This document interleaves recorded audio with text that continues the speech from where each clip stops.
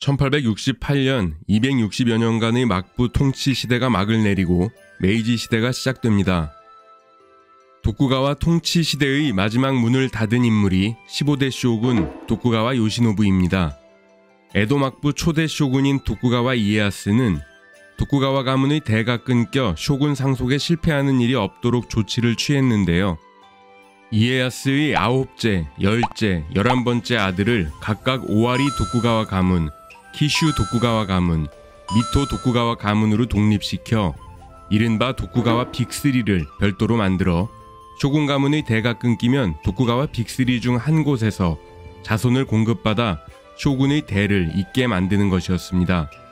지금 말씀드린 도쿠가와 빅3를 일본어로 고상케라고 부릅니다. 쇼군 대를 잇기 위한 이 안전장치는 도쿠가와 막부가 시작되고 약 100년 정도 지난 시점에서 처음으로 가동되는데요. 7대 쇼군 도쿠가와 이에츠구가 취임한 지 3년 만에 8살의 나이로 요절하면서 드디어 대가 끊기고 만 겁니다. 원래대로라면 도쿠가와 빅3 중 선두주자였던 오와리 도쿠가와 가문에서 쇼군 후보를 보내는 것이 맞는데 오와리 도쿠가와 가문은 장자 상속이 이미 깨진 상태였기 때문에 혈통 보존상 가장 가까운 계통을 찾다 보니 빅3 중 두 번째인 키슈 도쿠가와 가문에 순번이 돌아간 겁니다. 이러한 이유로 8대 쇼군은 키슈 도쿠가와 가문 출신 도쿠가와 요시무네가 차지하게 됩니다.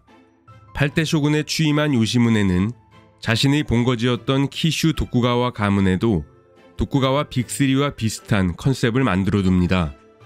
키슈 도쿠가와 가문의 대가 끊길 것을 대비해 다야스, 히토츠바시, 시미즈 가문 등 도쿠가와 스몰3를 창설한 겁니다. 도쿠가와 스몰3를 일본어로 고상교라고 부르는데요. 스몰3 그룹은 독립된 다이묘도 아니었고 키슈 도쿠가와 가문의 대가 끊기지 않도록 양산해 놓은 예비품 같은 존재였기 때문에 다른 사무라이 가문의 잉여자식 야카이모노와 비슷한 신세였습니다. 도쿠가와 본가의 대가 단절되면서 100년 만에 찾아온 기회를 파고든 키슈 도쿠가와 가문은 쇼군 자리 굳히기에 들어간 것으로 볼 수 있는데요. 도쿠가와 빅3의 다른 두 가문인 오와리 도쿠가와 미토 도쿠가와에서 언제 올지 모르는 쇼군 찬스를 잡기는 한층 더 어려워집니다. 쇼군의 대가 끊기고 키슈 도쿠가와도 대가 끊겨야 남은 도쿠가와 빅3 두 가문의 쇼군 취임 순서가 돌아갈 텐데 키슈 도쿠가와 가문이 자손 양산 시스템을 가동시켜 버렸기 때문에 오와리 도쿠가와와 미토 도쿠가와에서 쇼군을 배출할 가능성은 제로에 가까워진 겁니다. 8대 쇼군 이후 또다시 140여 년의 시간이 지나 14대 쇼군 자리가 공석이 됩니다. 14대 쇼군 결정을 둘러싸고 갈등이 있었지만 도쿠가와 빅3 중 오와리 도쿠가와 미토 도쿠가와는 이미 밥숟가락이 치워진 지 오래되었고 키슈 도쿠가와 내부 문제일 뿐이었습니다. 마지막 쇼군 15대 도쿠가와 요시노부도 14대 쇼군의 갑작스러운 사망으로 쇼군 자리에 올랐지만 요시노부 역시 키슈 도쿠가와의 스몰3에서 배출된 인물로 결국 도쿠가와 빅3 중 오와리 도쿠가와와 미토 도쿠가와는 에도시대 260여 년 동안 단 한 명의 쇼군도 배출할 수 없었습니다.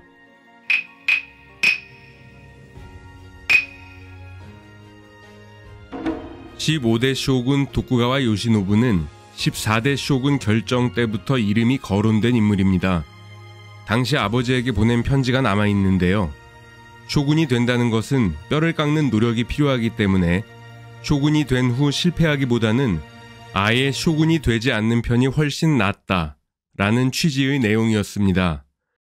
막부 말기 대혼란 속에 결국 15대 쇼군에 취임하기는 했지만 정치 또는 권력에 그다지 큰 야망을 가지고 있지 않은 인물이었음을 엿볼 수 있겠죠. 요시노부는 쇼군이 된 이후 줄곧 교토에 머무르면서 조정과의 협업에 많은 시간을 쏟고 있었기 때문에 쇼군 자격으로 에도성에 입성한 적이 한 번도 없었습니다. 이후 토사번이 중심이 되어 막부의 통치 권력을 모두 조정에 반환하라는 상서를 요시노부에게 보내게 됩니다. 사츠마의 사이고 다카모리는 막부에서 이 제안을 받아들일 리 없다고 판단해 막부가 대결 구도를 만들면 이를 대의명분 삼아 무력으로 도쿠가와를 제거하려는 계획을 가지고 있었습니다. 하지만 도쿠가와 요시노부는 이 제안을 순순히 받아들입니다. 이후 이빨 빠진 도쿠가와 막부를 대신해 사츠마와 토사를 중심으로 한 주요 번들은 도쿠가와의 참여를 배제한 신정부 수립을 선포하게 되죠. 이에 격분한 구하나번, 아이즈번 등 친도쿠가와 세력을 진정시키기 위해 요시노부는 오사카성으로 들어와 사태의 추이를 지켜보고 있었습니다.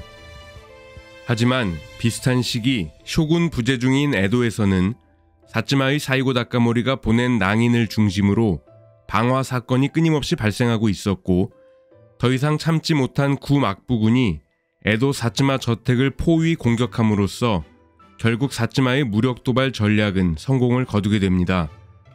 에도에서의 무력 충돌 소식이 오사카성에 전해지자 사태는 걷잡을 수 없게 진행되고 말죠. 결국 무력 충돌을 승인한 요시노부의 결정에 따라 도쿠가와 1만 5천 병력이 교토로 진입하는 과정에서 신정부군 5천과 충돌하면서 보신전쟁이 시작된 겁니다. 보신전쟁의 시작을 알린 도바 후시미 전투에서 대패한 도쿠가와군은 오사카성으로 후퇴했고, 요시노부는 병력을 남겨두고 일부 가신과 함께 야음을 틈타 배를 타고 에도로 도망가죠. 이 행동으로 많은 친도쿠가와 세력이 등을 돌리게 됩니다. 1998년 방영된 NHK 대하 드라마 도쿠가와 요시노부를 보면 요시노부가 야반 도주하는 장면에서 전쟁을 멈춰야 한다. 전쟁을 멈추기 위해서는 장병들에게 지휘관이 얼마나 무능한지 보여줘서 싸우고자 하는 의지를 꺾는 것이 가장 효과적이다 라고 이야기하는 대사가 나오고요. 1990년 방영된 NHK 대하 드라마 도부가 고토크에서는 오사카에서 할 수 있는 일이 별로 없으니 에도로 본거지를 옮겨 관동지방의 병력을 활용하자 라는 형태로 요시노부의 야반 도주를 그리고 있습니다. 도바 후시미 전투를 앞둔 요시노부는 설령 주변의 동료가 쓰러져 혼자 남을지라도 마지막까지 싸움을 멈추지 말라 라며 장병들의 사기를 고무시켰다고 하는데요. 그리고 그날 밤 몇 명의 측근만 데리고 에도로 도주한 것이죠. 하지만 에도에서도 전쟁 없이 에도성을 넘겨주고 알아서 근신하는 자세를 보여줍니다. 시부사와 에이치, 사카모토 류오마 등은 가신들의 비난을 한몸에 받으며 많은 생명을 구해 외세의 침략으로부터 일본을 구한 진정한 리더이다 라고 추켜 세우기도 했지만, 또 다른 사람들은 자기 보신주의에 탁월한 능력을 지닌 겁쟁이다 라며 비난하고 있기도 합니다.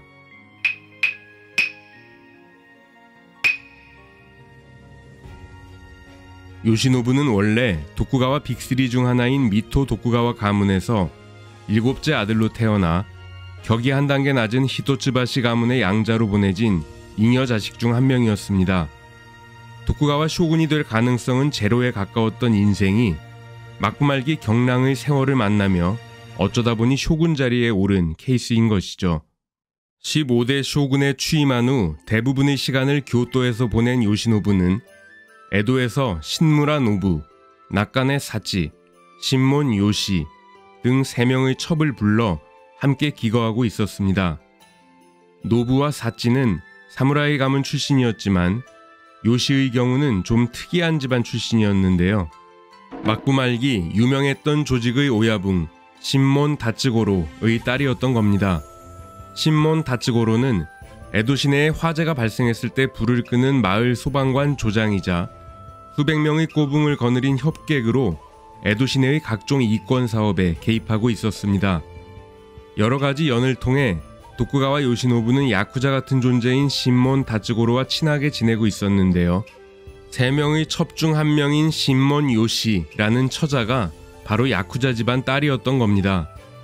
1864년 요시노부가 교토에 상경했을 때 신몬 다츠고로가 300명이 넘는 꼬붕을 데리고 동행, 요시노부를 경호하기도 했고 화재에 대비하기도 했기 때문에 막부말기를 다룬 드라마에 신몬 다츠고로가 종종 등장합니다.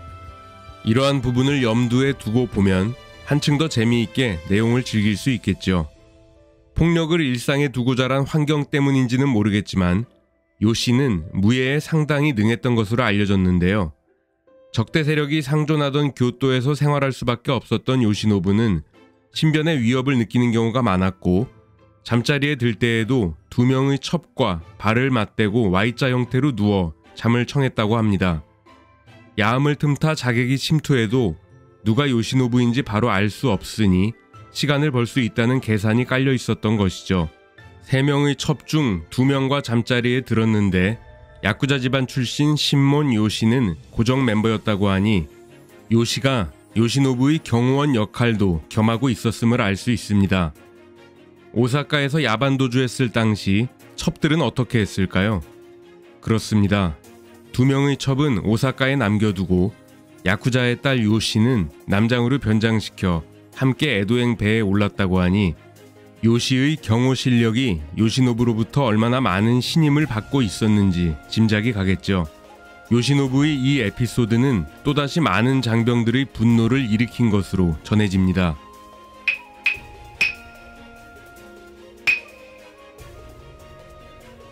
도쿠가와 쇼군의 위치에서 조정의 적이 되어버린 요시노부는 1869년 사면되어 죄를 용서받았고 이윽고 배번치언이 단행되며 그가 새롭게 소속된 시즈오카번이 역사의 뒤안길로 사라지자 완전히 자유의 몸이 되죠. 메이지 초기 일본 전역에서 사족들의 불만이 터져나오며 반란이 끊이지 않았을 때 많은 이들이 요시노부의 행동을 주목하고 있었습니다. 요시노부가 깃발만 들어주면 다시 한번 메이지 정부를 엎어버릴 수도 있을 만큼 불만 사족이 넘쳐나고 있었기 때문이었는데요.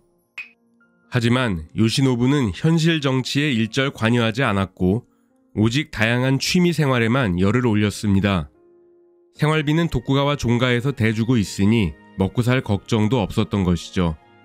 바둑, 매사냥, 노 공연, 서예, 시 짓기 등 전통 잡기는 물론 사이클링, 승마, 사진 등 근대 문물에 기반을 둔 취미 생활에도 대단한 열정을 불태우는데요.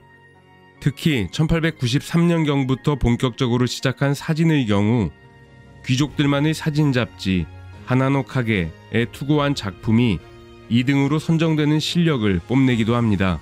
측실들 사이에서 무려 20명이 넘는 자식을 본 도쿠가와 요시노부는 1897년 60세의 나이가 되어 시즈오카를 떠나 도쿄로 거처를 옮깁니다.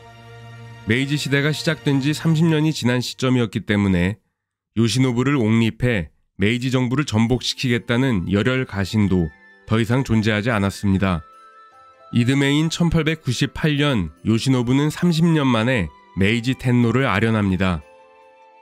30살의 열혈 청년 요시노부는 60의 노인이 되어 있었고 17세의 소년 텐노는 47살의 중년이 되어 있었죠. 메이지 텐노는 마지막 쇼군 요시노부를 극진히 환대했다고 전해집니다. 막부 말기의 풍파를 온몸으로 겪어낸 마지막 쇼군 도쿠가와 요시노부는 1913년 77세를 일기로 세상을 떠납니다. 도쿠가와 역대 쇼군 중 2년 남짓한 가장 짧은 재직 기간을 기록했지만 가장 오래 산 쇼군으로 기록된 도쿠가와 요시노부. 정치를 제외한 다양한 취미 분야에서 많은 재능을 발휘한 원조 오다쿠 분위기의 요시노부를 여러분들은 어떻게 생각하시나요? 오늘 이야기는 여기까지입니다. 시청해주신 여러분 감사드립니다.